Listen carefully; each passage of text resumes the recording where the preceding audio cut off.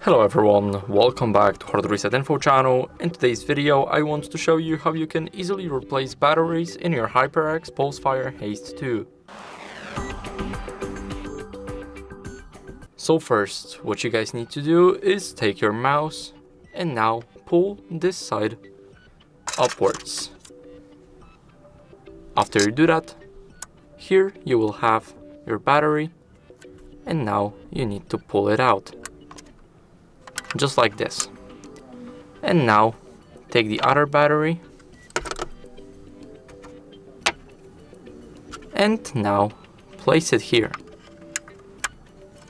And now pull this back up together, and after you do that, your mouse will be ready to go. Thank you guys for watching, make sure to leave a like, subscribe, and see you in the next video. Bye.